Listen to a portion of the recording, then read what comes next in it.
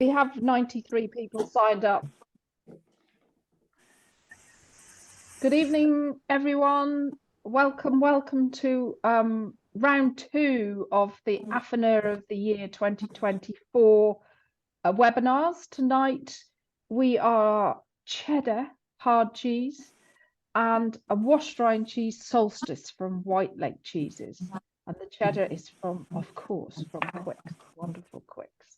So how it's going to roll tonight, we are going to ask you to put in the chat down there at the bottom of your screens. We'd like you to put in there where you're joining us from this evening, because we'd love to know whereabouts in the world or in the UK you are.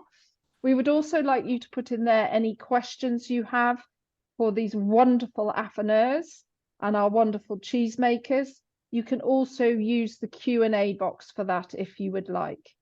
Hello, we have David from Diss in Norfolk. Thank you. Wimbledon, Rob from Wimbledon. Right, we're kicking off with UK people. Wonderful, wonderful. So I'm just going to wait for a couple of minutes while a few more people join. This week has been a big week already. Monday and Tuesday, we did our first in-person level 3 modular course, which was all about tasting, sensory evaluation. It was the science of tasting, but we did an awful lot of tasting with the wonderful Charlie Turnbull as well. We all had to test our senses, so our taste buds and our noses and everything else for aromas, and it was very full on. So we're quite cheesed out, but wonderful to be here tonight. Okay, so what I'm going to do is spotlight. You've got to see everybody now, but I am going to spotlight the wonderful Patrick. We'll get him to unmute, and he is going to introduce himself and how he got involved with Affineur of the Year, or how you created Affineur of the Year. Welcome, Patrick. Welcome. How are you? Tracy, I'm really good. And you, well, you're looking good. Fantastic. So is everyone else. Some smiley faces. So how am I involved with Affineur of the Year? So what was a bit of an idea we came up with whilst I was working with Mary and Jane at Quicke's. It was just an idea of how we can develop that expense and knowledge within the cheese industry and help producers get their cheese to market, and perhaps look at ways of where we could produce more cheese without having to have the additional costs of having to age it on as well too. So, and just to develop those different microfloras that are in, that you would see naturally in different farm and farmhouse makes, where and how they can be used in different areas as well too. So, and just to broaden the market. A great experiment and good to get more skills in the industry as well. And we absolutely love the idea, because affinage, maturing affinage and grading is one of our key modules at level 3. So it was wonderful to, Mary will tell us about it in a minute, but it was part of an experiment, and this is just a big experiment that's become into a competition. And this year we have 4 cheeses that the competitors have had to Affineur. There are 11 competing companies. So within those companies, we do have companies within the company can be competing with themselves. And in total, there will be 35 cheeses, all being well, if nothing goes wrong in the next 3 weeks, for people to try as well at the finals. So what I'd like to do is, Patrick, I'm going to de-spotlight you for a minute, and I'm just going to bring into the screen one of our lovely sponsors. Lucy, can I ask you to come in? I'm going to add a spotlight and explain to me, hi Lucy, lovely to see you again so soon, what Chiswick Cheese Market is and why you are one of the sponsors of Affineur. What do you find fascinating about it? Well, we've just had our 3rd birthday, and we are a group of 10 volunteer women who set up the Chiswick Cheese Market, really in COVID, to help artisan cheesemakers have a route, to continue to have a route to market. And it's just grown, and it's just beyond our wildest dreams. So we now have over 200 cheeses at the market every month, and it's very exciting. And I can't because believe it's only 3 years. You have done so much in 3 years. And what people don't understand, I think we found out in the beginning of this week, that people don't realise that you're volunteers. We are. So and we all hurrah for you. Yeah, well, anyway, the upshot is that we actually make money because the traders pay to have a pitch. And with that money, we give a certain amount away to a local charity. But the rest we wanted to plough back into the cheese industry. Have you still got me? Yeah, you're still here. Yeah. So we wanted to plough it back into the cheese industry, the artisan cheese industry. So we contacted you, and from there we've built all sorts of exciting things. So we now sponsor 4 new cheesemakers a year, and we also sponsor some competitions and all sorts of stuff. And the Affineur of the year was particularly interesting to us because it adds another whole set of cheeses. And do you know, the real thrill of it is being there on the day. So if there's anybody watching this who's thinking about coming, come, because it is the best evening of the year in cheese, because the camaraderie and the fun and the conversation between the cheesemakers who are entering is unbelievably infectious. So it's just a great event. And what cheeses last year, they were just unbelievable, weren't they? Oh, stunning. Well, as we go along, we'll talk all about that. So thank you so much for sponsoring, and thank you for your support. And to all the lovely ladies there at Chiswick, thank you for your support of the Academy of Cheese, because it's invaluable and we appreciate it greatly. Okay, so we have another one of our, thank you, Lucy. I'm going to de-spot you, light you in the most nicest way, remove your spotlight. And we've got Jessica with us, who's from Curd and Cure, who are one of our other sponsors for Affineur of the Year. And we do this, we have sponsors because we love sponsors, and they help to fund putting on the finals and actually running the competition, because there's an awful lot of to-in and fro-in with 11 competitors and 35 cheeses to organise. So welcome, Jessica.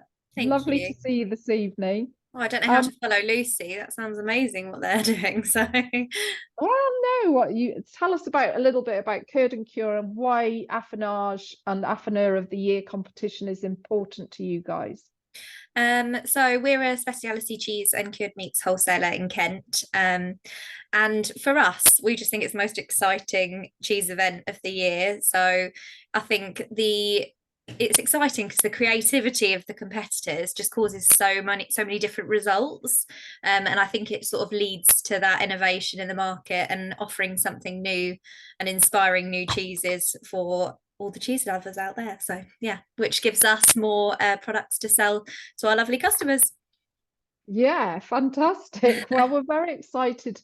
The Affineur of the Year finals is on the 12th of June.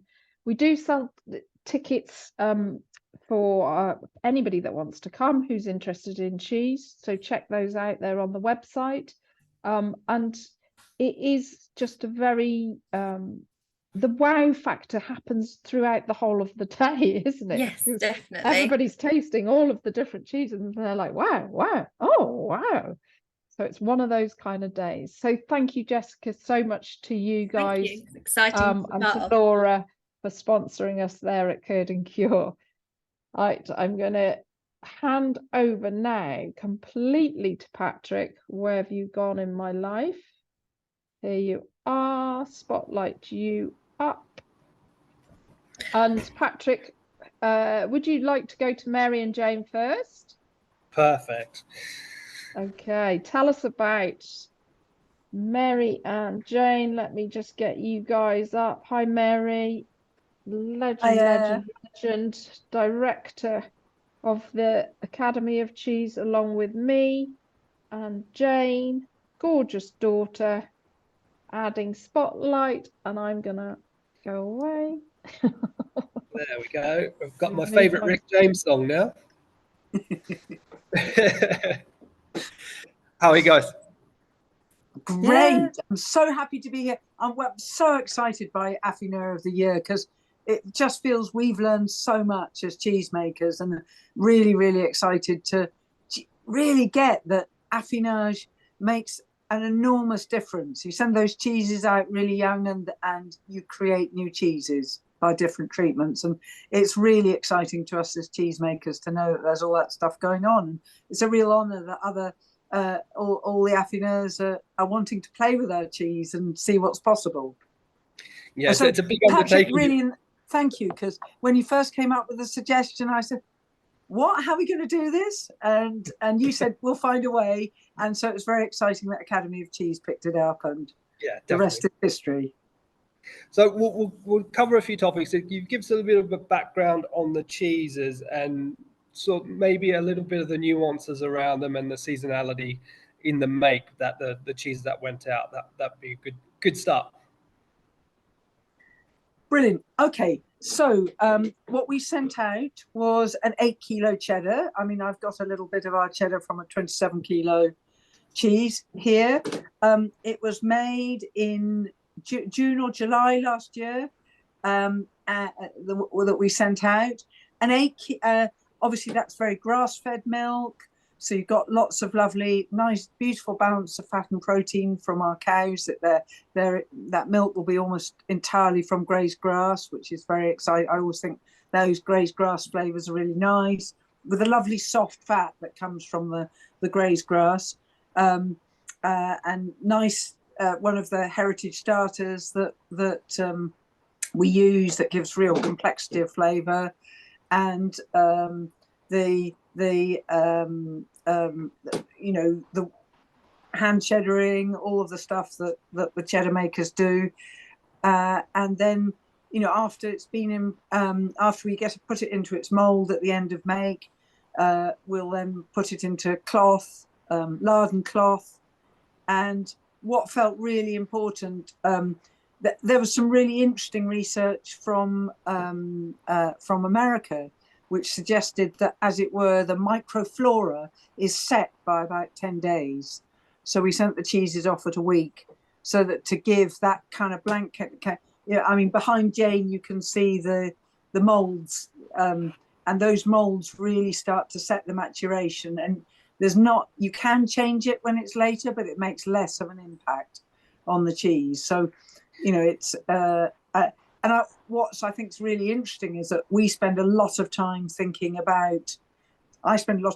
about breed of cow, and calving time and stage of lactation and the feed the cows are eating, and when we're grading, how those flavors coming through.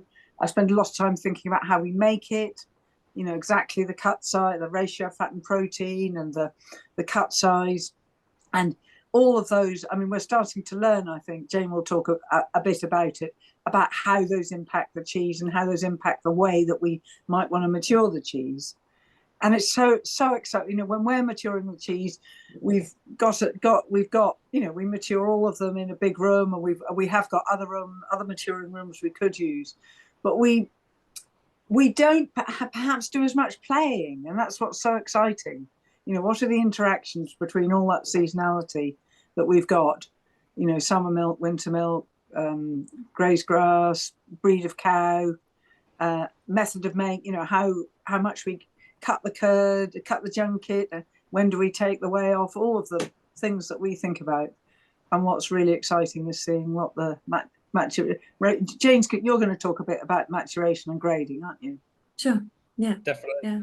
I was going to say, the research that came out of the States, from Vermont, I think it was at the last seminar, the science seminar at Montgomery's, and they were talking about the way that the flavor notes from the make would usually be set that first 3 to 10 days, and the maturation afterwards had some effect. But it was good to see the measuring in terms of how the flavor profiles change from each different terroir where it had been matured.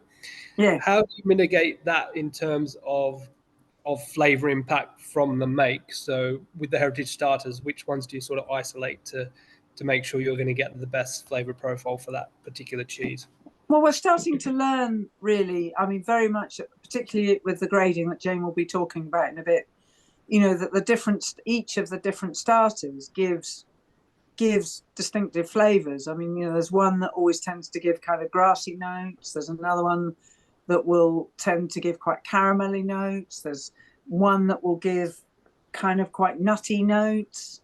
There are ones that tend to be riff on the sort of those sharp ones. I mean, and what's interesting though is because they're the heritage starters of these, they were originally developed from natural souring of milk.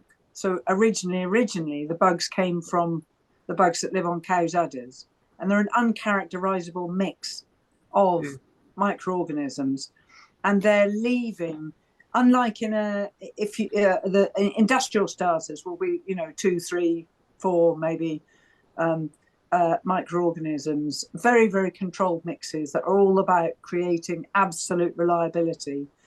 You know, each make will be really similar to every other make. But with these heritage starters, because they're this uncharacterizable mix of microorganisms, that tiny differences. There are so many different microorganisms all leaving their, if you like, their enzymatic trace. I mean, all of the microorganisms will be dead in the cheese after 6 weeks, but they'll all leave their different enzymatic traces, and it's those enzymatic traces that determine the maturation. So it's really, really interesting. Although each of our starters will give kind of a characteristic flavour, actually you can kind of more or less get any flavour from any starter.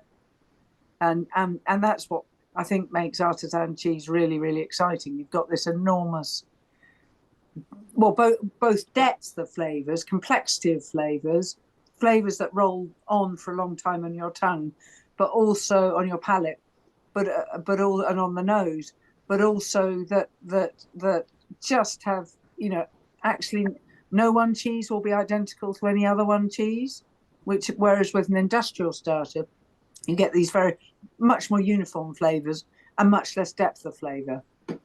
That's what we want, characteristics in cheese. That's exactly what we want. So I'll jump on to Jane. Could you go through the maturation cycle and any sort of evolution that sort of happened with Quicke? So obviously there's a lot of variables with cheddar and aging cheddar. You've got a lot of mitigating factors with cheese mites and structural integrity and turning cheese. You could be really delicate with it. Can you give us a few hints and a few tips of what you guys are doing?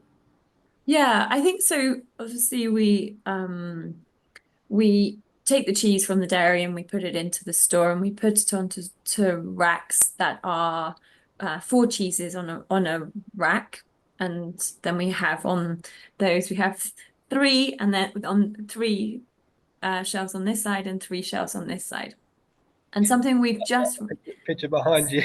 Yes. Yeah, and yeah. so something we've recently changed to do is from taking the cheeses first to a nursery store where we turn each cheese individually by hand. We have brought all cheeses into our main cathedral of cheese, and where we turn the cheeses still by hand but 4 at a time on the rack itself. And one of the things that we were concerned about and why we didn't do it before was because we were worried about internal bluing, and we maybe were slightly misguidedly concerned about the cosmetic little bump on the back of, like, inner bump on the back of the cheese that is caused by the backstrap on the shelf so it can rotate.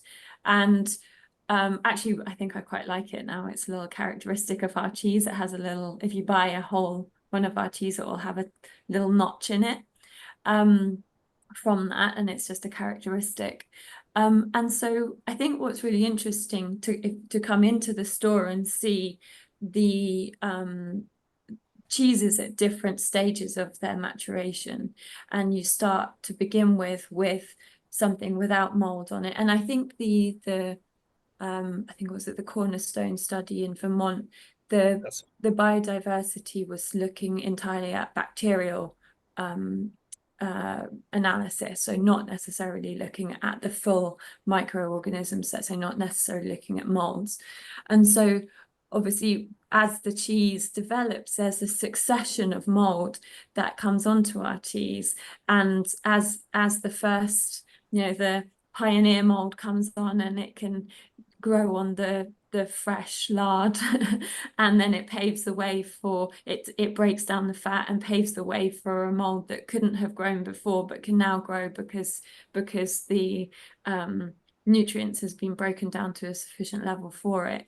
And you see those that succession really clearly throughout the store. And I think what's super interesting is that the colors and the shapes it feels really unique, and not only unique to our cheeses. So even the other cloth bound cheddar producers, I had the benefit of having a tour of the aging rooms at Neal's Yard a few weeks ago, and just looking at how different the cloth bound cheddars on the surface of the rind looked was incredible. And I think that also just the batch to batch, we get all kinds of different colors, and it almost feels like it's like as unique as a fingerprint. There's a bit of pareidolia going on where you're looking at the different molds and you're seeing faces and things like that. I've seen at Westcombe there was looked like a little sheep of mold. You've got a little fluffy black sheep. That's funny. And yeah, and like all hairy. Sometimes we get the hairy molds. I think Nick came to visit us, Nick Bain, who's on the call, and he sort of pointed out the funny filament molds that we sometimes get on our cheeses. And then so obviously, we're grading at every batch 2 times in its life at least. And the first one is at 3 months, and the second one is at around 12 months.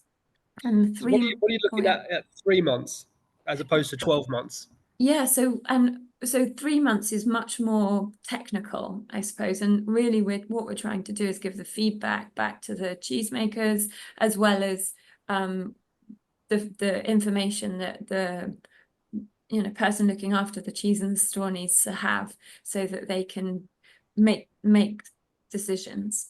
And so we're looking for, we iron the cheese and we do a half turn, and then we look at how the cheese imprints on the back of the iron. Then we look at the core, how consistent is the color across the core? Is there any blotchiness? Is there anything?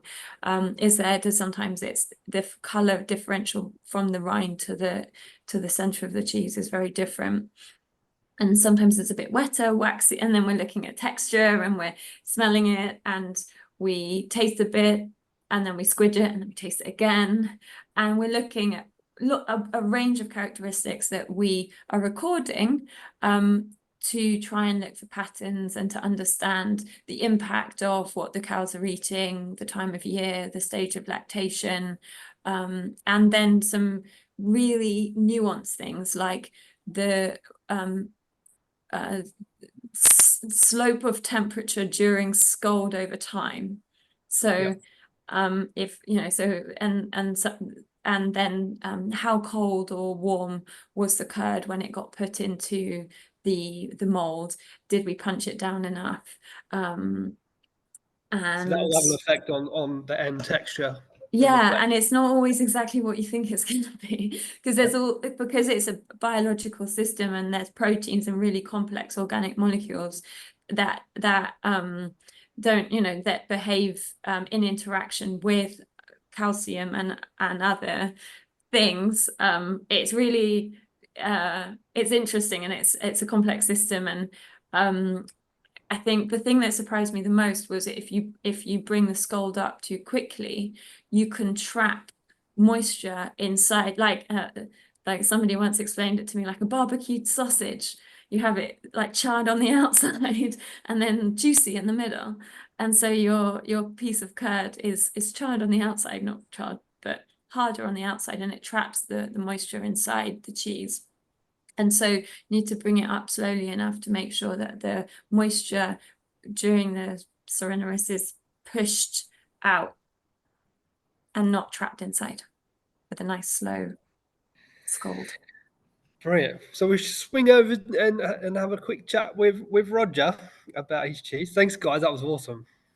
It was awesome, and Mary's going for it there with eating that, tucking in. What flavour profile have you got there? It's some epic extra mature. I mean, it really is at the moment. Extra mature. Tasting... Extra mature.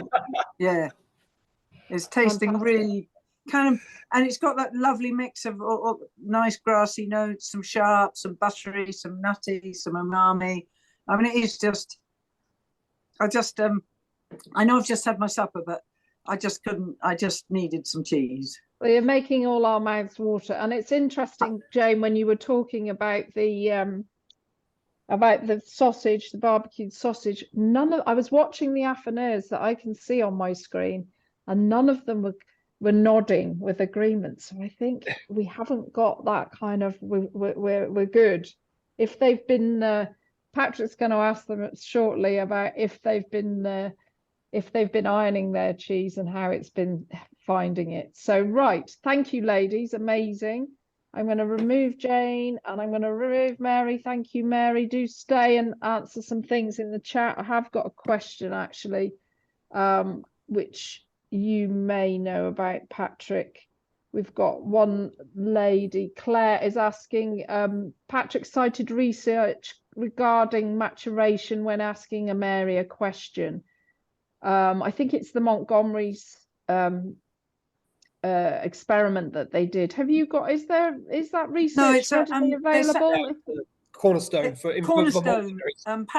Parish Hill Creamery did some amazing work in the United States, which certainly it's available if you go to the Science of Artisan Cheesemaking. Last year, the 2023 edition of Science of Artisan Cheesemaking, and look for the Cornerstone project. If someone could put that in if Mary or Jane, could you put that in the chat for people? So the link, if you can find it. Right, Roger, you're up. Evening, Roger. Over to you, Patrick. Roger, good to see you. Hello. Perfect. Tell us all about Solstice, how it came about. I'm just going to quickly apologise. If there's any squeaky noise, my dog has found its squeaky toy and it keeps coming in. So tell us all about Solstice from your big library of cheese you have. Solstice is my favourite cheese is a Poisse. I absolutely love a Poisse. The only thing I dislike is sometimes the slimy rind on the Poisse. I love the flavour, but not the sliminess of the rind. So this is our poor imitation, I would say. It's nowhere near as good as the Poisse of wash rind cheeses from France. So this is Solstice. It's organic Guernsey cow's milk, although the cheese is not organic because the cider brandy we wash it in is not organic. And it's got a much drier rind than a lot of, well, our version of Solstice has a much drier rind than a lot of washed rinds, but it makes it quite a stable cheese, which makes it very easy for chefs to deal with. And I've seen some interesting pictures, I think, from Courtyard Dairy, where they were washing it with some pretty pokey looking stuff. So I'll be interested to see how explosive the rind becomes with that. I think, as Mary was talking earlier about the seasons and the grass and stuff like this. So this particular batch would normally have been made with grass-fed milk at this time of year, but the cows have only gone out in the last month, so this was made before then. So I think they were out during the day, but still in the night on silage. And is even that now, is that due to all the rain that's been? Yeah, it's just I mean, it's just the trouble is if you let cows out too early on wet ground, you ruin the ground for the rest of the year, and it's particularly important for organic farmers. They've really got to, because if they start leaving holes in the grass, then you get weeds coming up. There's nothing you can do about it. So it's another challenge for organic farmers to overcome this wet weather. And I know that they're still feeding a little bit of silage because the grass is, although the ground is dry enough for the cows to be on, the grass itself is very wet.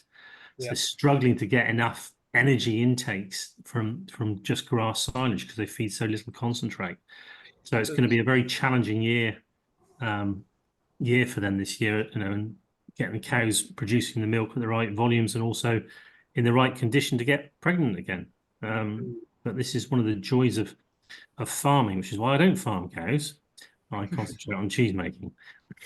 Much easier. So you're finding that that's having much effect on the cheese make? The cows not being early enough? Yeah, the thing that we don't find too much variation with the actual make as such, because they're not fed maize silage at all. The winter feed is grass silage, which is not vastly different from grass in many respects. You know, you still get a tremendously yellow milk from grass silage, rather than you tend to get a slightly faded yellow if you're feeding a lot of maize silage. So yeah, the milk is still always super rich. And one of the problems we have with it being super rich when we were developing the product, it's got such a high fat content. It's quite a difficult cheese to drain properly. So to overcome that issue, we actually wash the curd, which helps sort of firm the curds up a little bit more, so that we can get them drained and end up with a cheese that's firm enough to stand up to the battering of affineuring. Because a lot of people think that sort of affineuring washed rind cheese is quite gentle. The first couple of washes are really quite brutal, to be honest, because you're really trying to rough up the surface. And it will be interesting to see how many of the affineurs have discovered this, because it's not something you read in a book. I learned this on a Mons course, affineurs course, many years ago. So yeah, if anyone's enjoying affineuring and fancies taking it further, I can recommend the Mons course. It's really good. You eat a lot of cheese as well. Yeah, so I'm right now. I was going to say, what stage are you starting to wash the cheese? So we're washing the cheese at, I want to say, day 3, because we brine all our cheeses. So we sent the cheese out to people. I think we sent it on day 3, so they would have received it day 5, and hopefully they got it straight out of the packet and got on with washing it with whatever they were going to do, because that early stage is really sets down the solid foundation for the yeast growth on it, and the brevibacterium and all those sorts of things. You've got to get a grip of it very quickly. We have had occasion where we've changed the day of make, and it's that sort of third day's clash the weekend, and someone's forgotten to wash it, and you end up with quite a different cheese. And you know, you there's a lot of recovery going on to try and, you know, get back to where you need to be, and you can recover from it, but every year we seem to hit a different problem. I mean, you know, this year the problem's been it's been cold and wet in the early spring. That affects the sort of maturing rooms. We have to sort of turn the moisture levels down because the fans aren't running as much as they would be in a warmer spring. And it, you know, the trouble is in your cheese and you're inside the whole time, you don't really see the season so much, but you know from how the cheese is developing what season it is. Yeah. But it's you know, it's catching that early is the key thing. I think we've always, you know, we wash ours in Somerset cider brandy because it's a great local product. Plus we get to drink a bit of it. And that's kind of what we stuck with. We like the terroir of the you know, what grows together goes together. But I'm going to be really interested to see what other people have washed cheeses in. We do a washed rind goat's cheese called Equinox, washed in a local beer called Equinox from Glastonbury Ales. So there's no limit to what you can wash a cheese in, and whatever you wash it in will have an effect on its flavour, and its the rind thickness and all these sorts of things. So I'm really looking forward to seeing what everyone does, to be honest, because we do our thing, which we worked on for years to get, you know, a solid repeatable product. But it'll be really interesting to see what people come up with. In terms of your wash, what you're putting on the cheese, is it just straight apple brandy, or is it as a brine solution mixed in with it? So it always used to be a brine solution, but we tend to get quite a gritty rind. And from the Mons course, we were told don't wash it in brine, wash it in spring water. So they use Vitel. We use Glastonbury spring water, which comes out the bottom of Glastonbury Tor, and a mix of different strengths of cider brandy. The first few washes, you don't tend to use alcohol because if you use alcohol too quickly, the rind just grows very thick and leathery. But these are all things people will find out. And I think for me, this is the fun bit of washing. We do a stupid number of different types of cheese, hard rind, wash rinds, brie styles, curds, lactics, the whole lot. So we cover a tremendous amount of affineuring styles here. The only thing we don't do is a blue cheese yet, but watch this space. And it's to me, it's one of the joys of cheese making. It's not just the making; the affineuring is such a massive part. And I think lots of cheese making in this country have affineured, but not really called it affineuring. They've called it maturing. But it is very much affineuring. It's you are. With the Quicks, they will be varying how often they turn and clean their cheeses, depending on the state of it on a day-to-day basis. It's not putting block cheddar in a bag and sticking it in the store for 12 months. That's maturing. If you're doing something to the cheese, that's affineuring. And I think it's great that in this country we're finally starting to realise that the skills that cheesemakers and potentially cheesemongers going forward have in this field. Sorry if it's loud. It's raining really heavy here. We can't hear that, Patrick. It just sounds like white noise. We can't hear it. And just a quick question for you, Roger. Is it 15 little solstice they've had each, or was it 10 in the end? It is, yeah. And by now I would expect them to have all finished the affineur, the washing phase and have wrapped the cheese. And that's another tricky part. What do you wrap it in? It depends on what you're washing, what sort of finish you're looking. But in 3 weeks' time, we want to be opening nice oozy cheeses that have ripened, not just been affineured. And I've got one of ours here, one I made before. So this is what ours is looking like now. Now, normally at this stage, we would sell this cheese. We wouldn't continue to ripen it on. So this is where we're having to learn a little bit how to actually ripen it in our stores, because our stores are not the right temperature for ripening. So we're having to do a little bit of jiggery-pokery ourselves to see if we can get our solstice in the right, gooiness, ready for judging in 3 weeks' time. So yeah, because you're bringing your control cheeses, so all of the cheeses for the competition. Yeah. Sorry, I don't think people can see me, can they? All the cheeses for the competition have come from the same vats, from the same batch. Yeah. So the cheesemakers get asked to carry on with that cheese from that same batch, from that same vat, and you bring them to the party. Oh, sorry, to the judging, for as control cheeses, and you will have a table there, and you will be able to show your control cheeses, and our judges and our guests will be able to compare against all these wonderful competitors. Yeah, well, I've forgotten all about that. You don't know, normally that would go to whichever distributor, and you don't then have to do it. So you've created space for these 15 little cheeses to. Yeah, it's a bit of an They're experiment. all going to be judging you now. Yeah, exactly. Take notes, Roger. Take notes. Yeah. Okay, brilliant. Hopefully, Thanks, I'll be learning from the best. So that's my plan. Brilliant. Thank you so much for joining, Roger. Thank you. I think we are going to look forward to seeing you in 3 weeks. Who do you want up next, Patrick? Was it Jazz? Jazz from Paxton's. Wonderful, wonderful. Can you unmute yourself, Jazz? And I'm going to add your spotlight. Welcome, welcome. I'm going to disappear again. Lovely to see you. Yes. Perfect.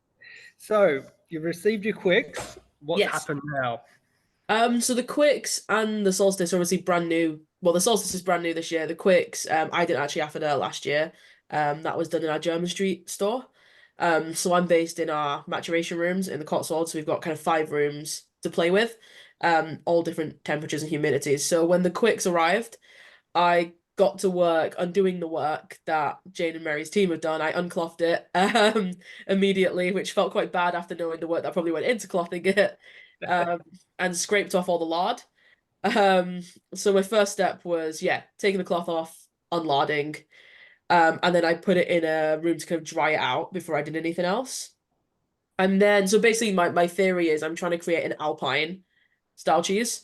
So then I started washing the cheese in a brine solution. Kind of, I did it once a week to start with. Obviously we've had these cheeses for almost a year now, so it's been kind of a long process of trying to get this rind to look how I wanted. But at the moment it's quite kind of, it's like a browny, sandy kind of reddish color, which I'm quite happy with. And it's living amongst Comtés and Gruyères and Schnebelhorns for the second part of its life. So for the first 6 months, I kept it in a really humid room. So about 14 degrees, about 95% humidity, really wanted to get that washed rind on the outside. And then for the second half of its life, it's lived in the kind of cave-like room with the Alpines for kind of 12.5 degrees, 80 to 85% humidity. So yeah, looking to create a bit more of a dense texture, darker rind, see if we can Alpine it up a bit. How did you go in terms of Alpine style cheeses? Obviously, they've got a bigger surface area. How did you go sort of getting the sides to the on the rind how you wanted it? Did you sort of use any different techniques? So I basically just got a muslin cloth every time I washed and just kind of scrubbed the hell out of the rind with a brine. It was just a constant washing, and then pulling back if we needed to. Yeah. It's been a very obviously it's not really something we've done before. We've never tried to turn a cheddar into an Alpine style cheese, surprisingly. So it's been a really kind of learn as you go process. I've not seen much mite kind of activity, which is really good. I thought I might see quite a lot of mites once I'd taken the cloth off and kind of exposed it. But that's been really gentle, like pretty much none, which has been nice to see. So You might mitigate against that with the wash as well too. So yeah. Have you had any cracking or anything on it? So I think I said in my initial statement that I was expecting to see some cracking in the rind. I haven't really yet, so I'm kind of hoping for the next 3 weeks I can keep that going. There was a little bit of what looked like the start of cracking on the top and bottom, but I kind of increased humidity, moved where it was living, and that kind of mitigated that. So yeah, hopefully for the next 3 weeks I can keep that and we will see no cracking. Otherwise, I meant to do it all along. Sounds like a good hand. And what about the Solstice? How's that coming along? Yeah, so I went with a beer wash. So I'm doing a beer and then I want to coat it in kind of spent hops. So a mix of kind of something traditional, like monastery washing in beer. But yeah, then adding the spent hops as kind of like a, this is a product that goes to waste typically. Or goes to compost. So trying to kind of bring that sustainable element into what we're doing with the cheese. So yeah, I haven't wrapped them yet. They're still living on racks. I'm still going to give them a couple more washes, to be honest. The rind's looking really nice. It's not looking too thick or too wet, but I want to keep it quite damp so I can get the spent hops to stick to it when I want to. And then the next kind of week or so, it'll be wrapped into the cold room for a kind of low, slow maturation. Because I don't want to put all this work into the rind and then we get to the day and it's all slippy because it's matured too fast. So yeah, it's kind of like a dance now until the 12th of June. A temperature controlled dance. Yeah. That sounds really exciting. I can't wait to try that. Definitely. We'll see. Big fan of that. Cool.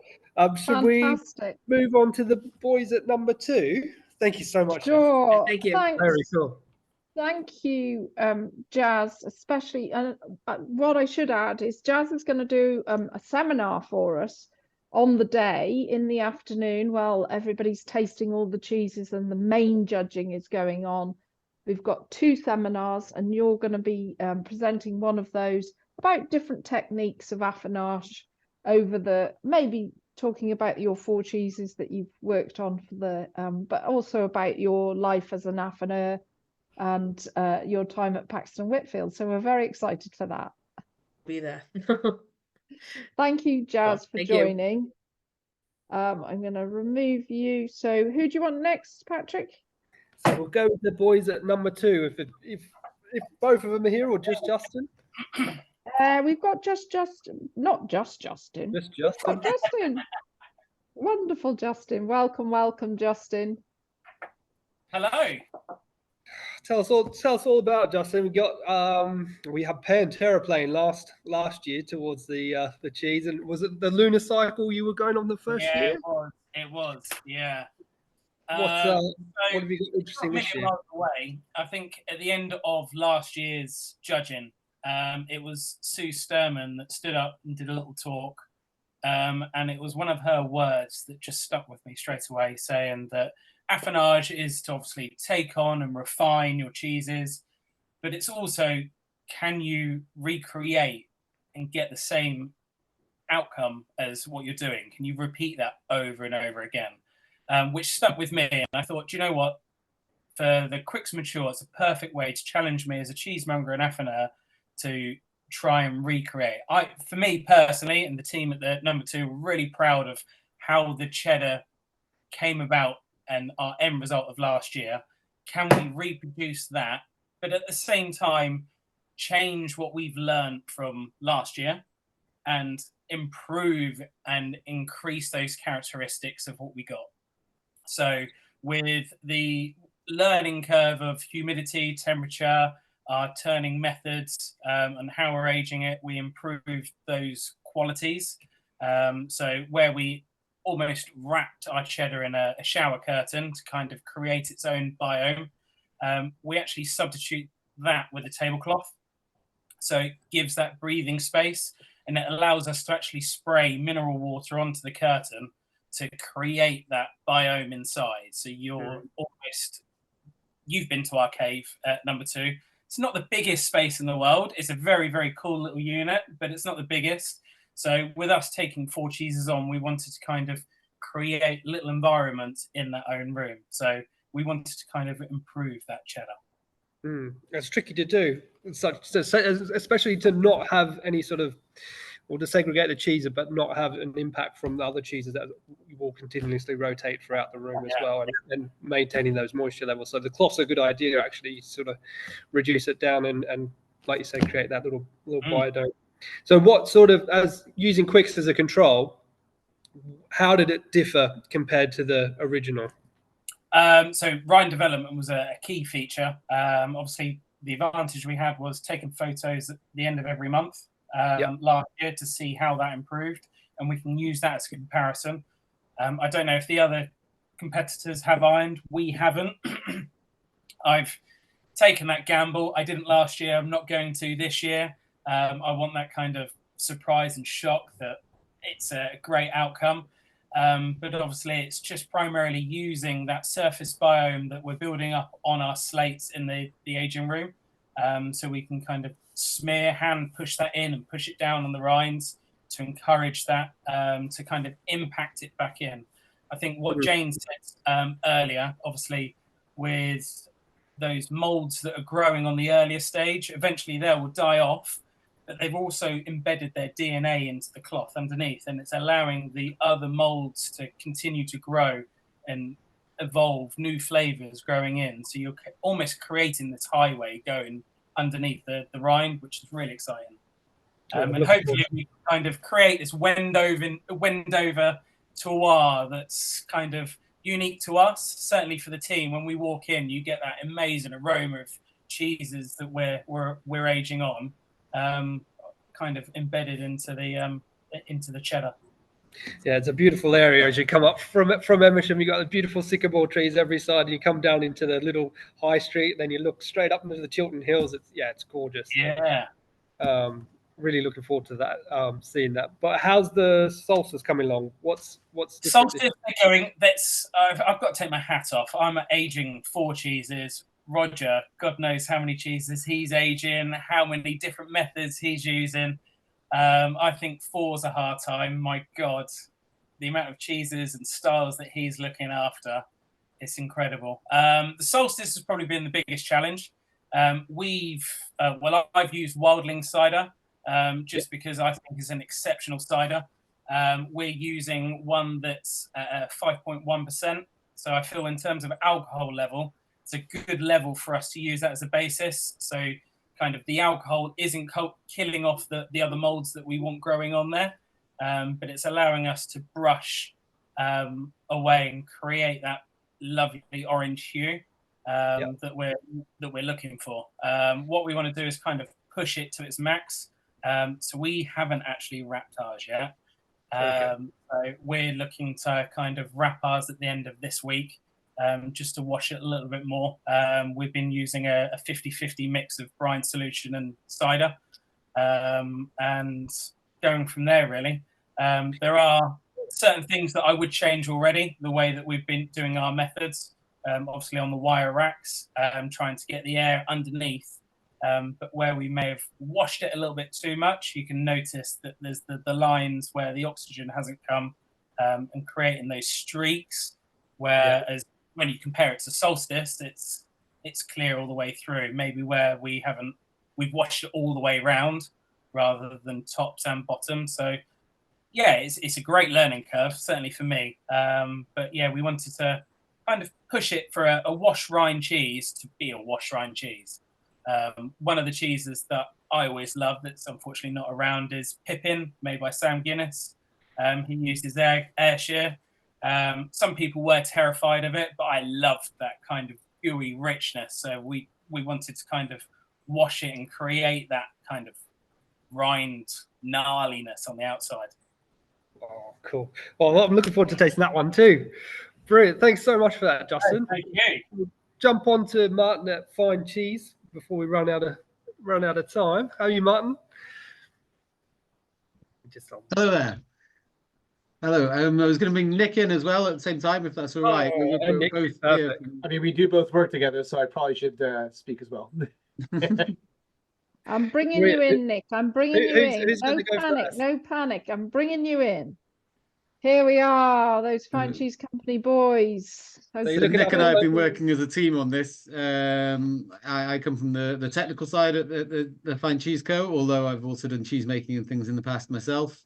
And Nick deals with our international cheeses, and as everybody I'm sure here knows, is a massive cheese geek.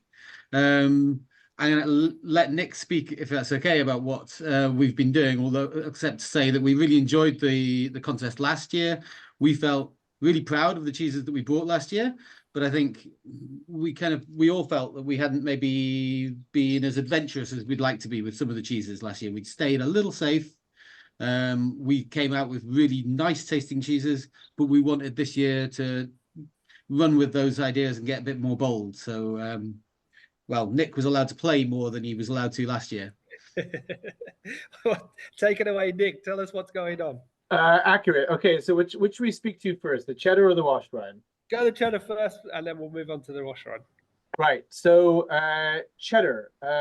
So last year, like Martin said, we were fairly standard about what we did, because part of it was we sort of wanted to get to know what we could mature from a young point. So I think last year, we just really wanted to have it develop as standardized as possible, kind of get a taste for what our maturing room will sort of result in terms of the flavor of the cheese, in terms of texture, in terms of mold development, which was great. So this year, I decided to go completely off-piste and play with it a lot more. One thing I have been wanting to do for a while, and if I was going to do something dramatic with this cheddar, this was the direction I was going to go, was to imitate cheeses that add an influence of direct terroir and of a bit of flavor and differentiated development than anything we'd see from a cheddar. The one I really wanted to look to, and particularly as it's a cheese I enjoy, but also a cheese I encounter that we don't see in the UK that much, are cheeses like pecorino al fieno or formaggio di fossa, which are basically buried in straw and in a pit and left. They're just left alone to develop for a long period of time. Some of the development is a little anaerobic, but primarily it is sort of a closed development. And that involved taking the cloth off the cheddar. So it arrived, we took the cloth off of it and then rubbed it back up in lard. And then around that lard, we put it into some really, really fantastic hay from Nettlebed Creamery. If you've ever had Witheridge and Hay, Yeah, you'll I was know going to what say, that just smells like like and what that tastes like. just like that cheese. And then we filled a wooden box, a wooden pecorino box made of beech with all of this hay and shut it, nailed it shut, left it for 7 months, pardon me. So we just closed it and didn't touch it and turned it once every couple weeks. That's all it needed, just to have the whey even out. And what I wanted out of that was a little bit of insanity. I wanted the hay to influence the flavor a bit. I also wanted to see what happened in terms of mite development. We do have some mites in our caves. We have cheeses like Mimolette. We have a fair few cheddars. Those are a natural part of our maturing room. And so I wanted to see what would happen.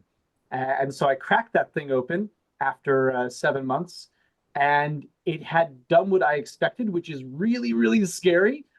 It's cratered, which is kind of what I wanted there, because I knew the mites would have activity. I wasn't sure to what degree, and they've done their wonderful little industrious work. We then took it out of the hay, resealed it in more larding, because when you have that kind of pitting in there, you need to reseal it, otherwise the cheese will dry out. What you'd find in Italy is it would be rubbed down in linseed oil. I wasn't about to do that. I wanted to still go in a British direction using larding. So we've re-larded it. It still has a little ways to go, and one more addition of hay, of new hay, before we deliver it. So we'll still have that beautiful aroma from that. I have not ironed it, and I've really intentionally not ironed it. I don't want to expose the inside to any depth further than what it already is from the mite activity to an iron. So we're going to be wonderfully surprised when we open this thing up. I expect some really kind of racy flavors, certainly some earthiness and mustiness from the rind, some beautiful aroma from that hay. It's exciting and crazy. How did you mitigate in terms with the hay, like getting moisture into it?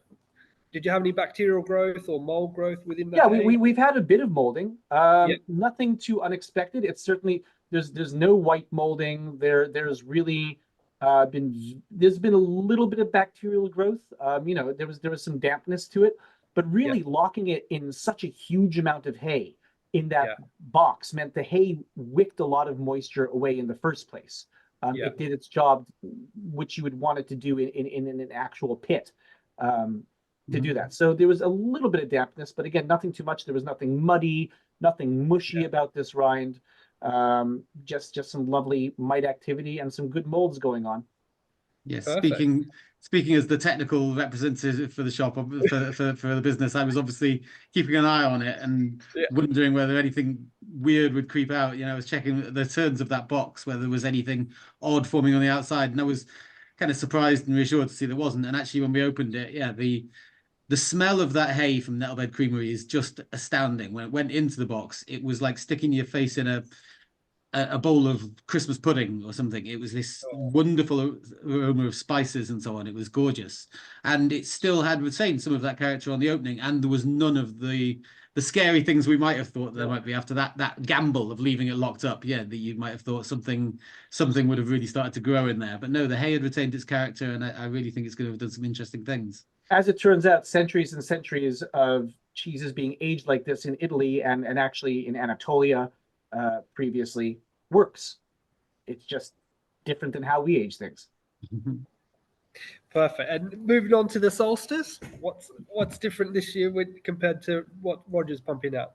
Right. So solstice is a really interesting cheese in that if you have it in what we will call the control example, and if you have it in a cheese shop somewhere, there's a lot of geotrichum development on it. Some might liken it texturally to something like a Langre. And recognizing that, and also given that we have actually a decent amount of washing experience at the Fine Cheese Company, we do a regular project every year with Round Corner Brewery in Melton Mowbray for the Rare Foods Festival to do a special wash on a cheese with one of their beers. We've also done another special release as well. We wanted to apply our experience doing that to a cheese that has a very specific, again, geotrichum development to it. So what I'm really doing with this one is applying a Epoisse wash cycle to this cheese. I don't want to spoil the surprise entirely. We are using an alcohol, but I kind of want you all to try it on the day you have it, because I think it's going to be really, really special. It is a very, very particular alcohol, and we've given the cheese a nicely punny name as a result, which I'm sure you'll find out on the day of. But yeah, it's an Epoisse wash cycle. So we haven't wrapped the cheese yet, actually, because it still has 3 total more washes to go. The initial 2 washes, like Roger has said, were in a simple brine, because I really wanted that geotrichum to still prosper. I did not want to kill off the mold too early. I do want some wrinkles going on there. I want a really nice, happy rind with sort of diverse mold and bacteria elements to it. Then we increased on the next 2 washes. Sorry, 3 washes. No, 2. Sorry, I'm getting my washes confused. On the next 2 washes, we increased our alcohol percentage on that, so a very, very low percentage. We started at, Mark, did we start at 5 or 10? I'm sitting here in this room forgetting. 10. 10, thank you. Sorry, I don't have my sheets in front of me. We started at 2 10% washes. We've now increased that to a 20% wash. And once we have 3 of those 20% washes, it's getting a final 50-50. So when I say 20%, I mean the alcohol, not the salt, obviously. That would be insane. We'll do a final 50-50 wash and a brush before wrapping, which is a direct mirroring of the specific producer's Epoisse wash. Because that geotrichum is in there, it's already scrunching the top quite nicely. This is obviously a very different shape of cheese than an Epoisse is, and the milk is, of course, Somerset milk rather than Burgundy's milk, and the 2 things will be quite different cows, different fodder, different feed. So the idea is not necessarily to get something that's a puddle. I really actually wouldn't want that. But to get a rind that really starts to break down the edges quite nicely, scrunches up, has a beautiful aroma to it. Again, the alcohol we're using has a very, very particular scent, and I'm looking forward to its expression coming out of that cheese. Perfect, brilliant. Thank you so much. Thank you, guys. We're going to have to move on because we've kind of run out of time a little bit. Sounds amazing, Nick. Wonderful. I'm very excited now to try both of those cheeses. So brilliant. Thank you for joining, and thank you, Martin, for joining. So last but very not least, we have the wonderful Simon from Courtyard Dairy. Hello, Simon. Come in and tell us all about your cheeses. So this year we've got a kind of theme revolving around apples and cider. You know, here at the Courtyard Dairy we do love cider a lot, and kind of that cheese matching as well. So we do a lot of that. Starting with the Quickes, obviously took the cloth off when we received it, and what we had got in from Kingsley, who is Thornborough cider over near Ripon, is some pomace. And pomace is kind of like the skins and the pulp of the apples are left after the press of cider. So what we decided to do is we just submerged in the container, fully covered, in the Quicks went, pomace, closed it. So we were kind of aging it in there just to kind of see if we could impart some of that flavour into the cheese, into that rind. So we were turning it every other day or so, just to kind of keep it moving around in that pomace. This was over the Christmas period. I think these Quicks cheddars came in about November. And so we had all of Christmas to deal with, so we were kind of just turning it. And I think it was just after Christmas, kind of between Christmas and New Year, we thought, let's have a little look at what it's done. And so we took it out, and it completely and utterly stripped the rind of this cheese. So we've gone all the way back to cheese. So I've now spent the last, 5 months trying to regrow a rind of the Quicks. So there's been a bit of a learning curve going on. So we put it in different parts of the business. As you can see today, I'm in our kind of new maturation room downstairs. This is just for our cheese. We haven't been having the Affineur of the year cheeses down here. They've been in the shop. They've been in our other part of the business. We've got another room which is a bit more humid. So we tried to get that rind growth back. So it was kind of, do we cover it? Do we wrap it? So we've been playing around. And actually, it has got to a point where we did get some cracking early on where we had kept it too dry. But now we've kind of got over that, we've brushed it, we've kind of kept on looking up, but kept on turning it, and now it's got a nice kind of brown, stable rind. Did have an issue with a sticky bottom, so again, been turning it and had it wrapped in tightly in wax, and it's still wrapped in that wax that we're kind of changing every other day at the moment. And it's dried out, but it's not cracked. So we're going to kind of leave it in there and leave it in a humid environment. We have stuck an iron in it because we just weren't sure what was going on. We were a bit reluctant because we thought, well, if the rind's getting a bit ammoniated, which it has been slightly, we can move it into the fridge to try and stop that. But to taste the cheese hasn't matured on where we want it to. So we're now at that stage where we're checking it every day just in terms of that rind. And in the next few days, we'll probably move it to the fridge because we're quite happy with it. But we've only ironed it once. And that apple and that cider flavour had come through. Oh, perfect. So that's the process we've gone through with the cheddar. So a bit of an interesting one. Yep. Solstice. Yeah, go on, Patrick, sorry. No, I was going to say, and the solstice, yeah. So yeah, the solstice, we've carried on with this cider theme. So we initially had it about 10 to 13 degrees, again, quite humid, and we were washing it daily in just a brine solution just to kind of get that rind to start growing. We found the rind was developing really fast. So we didn't want it to go too fast. We did drop it in temperature to about 8, and then we were washing it every other day. Again, Kingsley from Farnborough sent us some leaves, which is that kind of, not dead yeast, but kind of inactive yeast that sediments at the bottom of his tanks or in your bottle sometimes inside, you get it that little bit at the bottom. So we've got an actual whole kind of litre of that, and we've just been washing in that. Wow. We've got to that point now where we have actually wrapped our cheese, but last week or the week before, I think we've had the cheeses for 2 weeks or the leaves for 2 weeks now. We didn't realise that the leaves would actually dry the cheese out rather than keeping it moist. So we then would be going from straight leaves washing to diluting it in water, so 50-50, and washing in that, which has kind of retained that moisture and brought it back a little bit. And then we've been carrying on doing that every other day until pretty much today. So the last wash this morning, and then I did a brine wash this afternoon, let it dry out open in our shop, which is about 10 degrees today because of the temperature, and I've wrapped them this evening. So I don't know if I'm allowed to show cheese, but I can show you a wrapped cheese if you want to see how they're getting on. You can if you want, but I'd love to know what it smells like. What else looks like color-wise. Wow. They are quite dry in there now, so that's quite interesting as well. Wow. I know you Sounds like said you've been so busy. That's interesting. Very cool. I can't wait.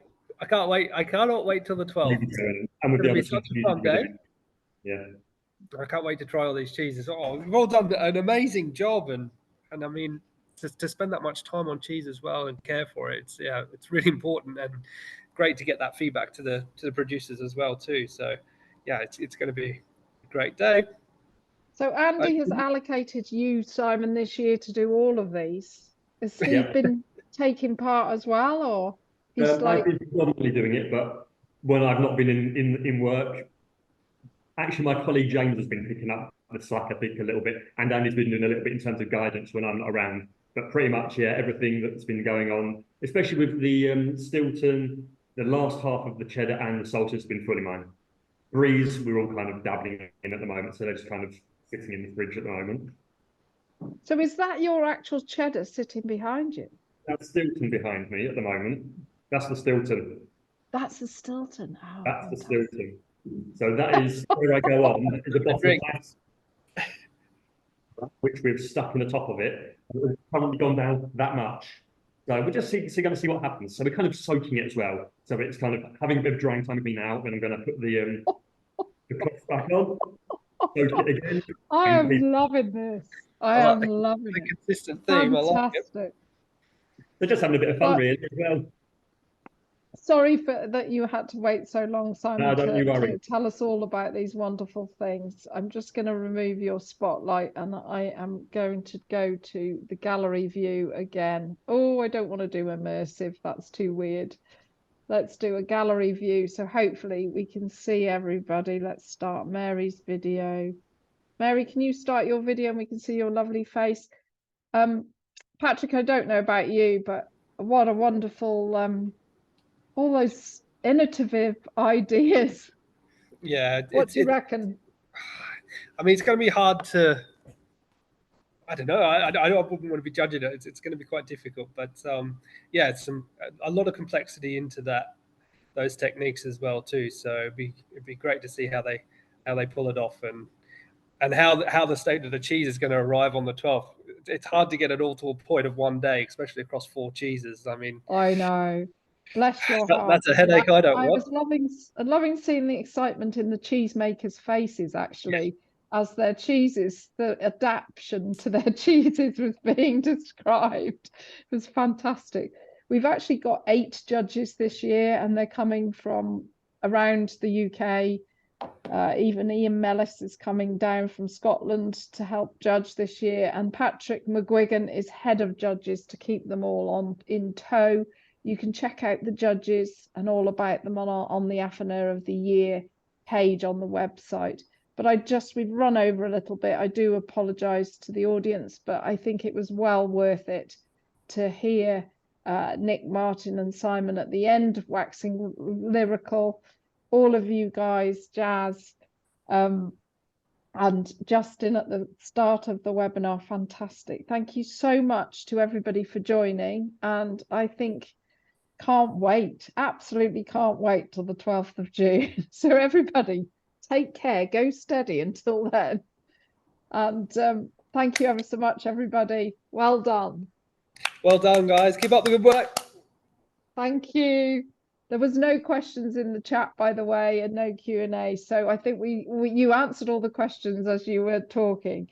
So great work. Bye, everyone. Have a good evening. Take care.